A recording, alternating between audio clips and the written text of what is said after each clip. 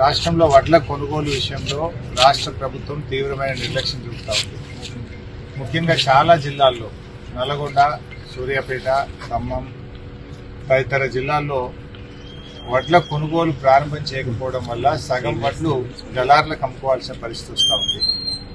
2,320 రావాల్సిన చోట 2,000 రూపాయలు 2100కే రైతులు కళ్లంలోనే వడ్లు అమ్ముకుంటా ఉన్నారు. ఒకవైపు అకాల వర్షాలు, వడగళ్ల వానతో భయంతో కొనుగోలు కేంద్రాలు ప్రారంభం కాక బయటే వడ్లు అమ్ముకుంటున్న పరిస్థితి ఉంది. పోయిన వానకాలంలో కూడా మనం చూస్తే గవర్నమెంట్ చెప్పింది 1,53,000 మెట్రిక్ టన్నుల వడ్లు పండుతున్నాయని చెప్పారు. గవర్నమెంట్ 90 లక్షల మెట్రిక్ టన్నులు కొంటామని చెప్పారు. కానీ కొన్నది ఎంత అంటే 52 లక్షలే. అంటే ఒక వంతు కొన్నారు, 2 వంతులు బయటకే పోయింది. అంటే ప్రభుత్వం తొందరగా కొనుగోలు కేంద్రాలు స్టార్ట్ చేయక 2 వంతుల వడ్లు తక్కువ ధరకు రైతులు అమ్ముకున్నారు. 1 వంతు మాత్రమే ప్రభుత్వం కొనుగోలు చేసింది. అదేవిధంగా ఇప్పుడు యాసంగి పంటలో కూడా ప్రభుత్వం నిర్లక్ష్యం చేస్తా ఉంది. అసలు ఈ ప్రభుత్వం రైతు కంటక ప్రభుత్వం అయిపోయింది. ఇది రైతుల పట్ల ఈ ప్రభుత్వం నిర్లక్ష్యం చూపుతా ఉంది. ఎందుకంటే రుణమాఫీ అన్నారు, సగం మంది కూడా రుణమాఫీ కాలేదు.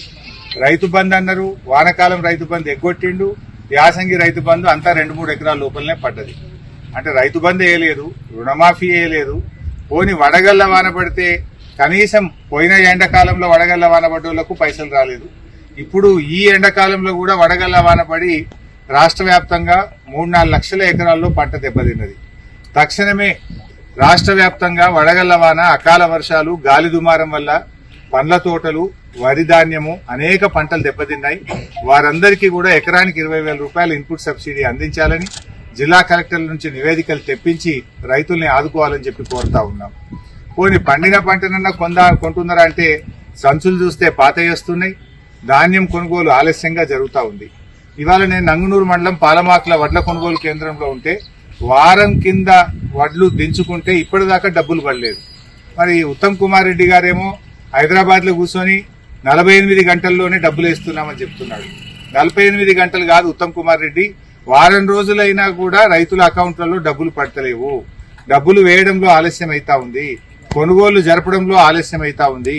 గన్ని బ్యాగులు కూడా కొత్తవి కాకుండా పాతవి పంపడం వల్ల సగానికి సగం తూట్లు పడ్డవి, సగానికి సగం సంచులు పనికిరాని సంచులు పంపడం వల్ల మరి హమాలీలకు కూడా కాంటా పెట్టడం గాని దించుకోవడం కూడా చాలా ఇబ్బంది జరిగి మరి తూకంలో కూడా నష్టం జరుగుతూ ఉంది.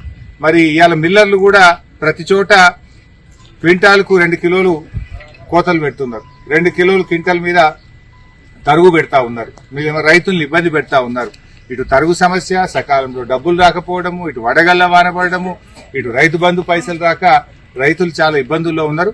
తక్షణమే ఈ నష్టపోయిన రైతులకు ఎకరానికి 20,000 రూపాయలు ఇవ్వాలని, కొనుగోళ్లు వేగవంతం చేయాలని, మంచి గన్నీ బ్యాగ్స్ పంపాలని, ఇచ్చిన మాట ప్రకారంగా గతంలో కేసీఆర్ ప్రభుత్వం ఇచ్చినట్టుగా 2 రోజుల్లోగా రైతులకు అకౌంట్లలో డబ్బులు పడే విధంగా చూడాలని ప్రభుత్వాన్ని డిమాండ్ చేస్తుంది.